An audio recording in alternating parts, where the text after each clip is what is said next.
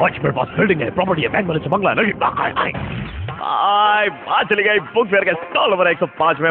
live at Kolkata book fair यूटर प्रवीण के साथ এখানে আমরা লাইভ স্টুডিও সেটআপ করেছি কিন্তু লাইভ এখান থেকে আমরা যাব কিন্তু তার আগে আমি চাইবো কি want to tell something your upcoming project তোমার কিছু অ্যালবাম যেগুলো তুমি নিয়ে আসছো যার জন্য তুমি আমাদের সঙ্গে আজকে কথা বলতে পারো এক্সট্রোভার্ট এবং big thanks to red FM যে আজকে এরকম করে আমাকে ঝপ করে ধরে স্টুডিও নিয়ে এসেছে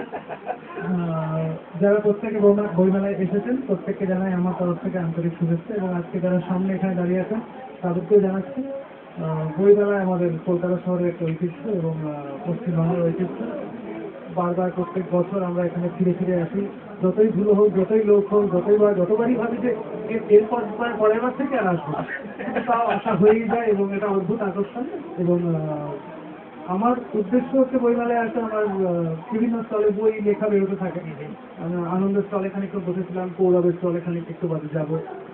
সপ্তর্ষির স্থলে খানিকক্ষণ বসি কারণ আমার কবিতার বই বেরোতে থাকে আমার লেখা বেরোতে থাকে যেটা বলতে চাইবো সেটা হচ্ছে আর এক সপ্তাহের মধ্যে আমার অ্যালবাম রিলিজ হচ্ছে অ্যালবামের নাম দ্বিতীয় পুরুষ এবং সেটা যাবে শোনা যাবে কিছুদিন বাদে গান আজকে এত মানুষের সামনে জানিয়ে রাখলাম খবরটা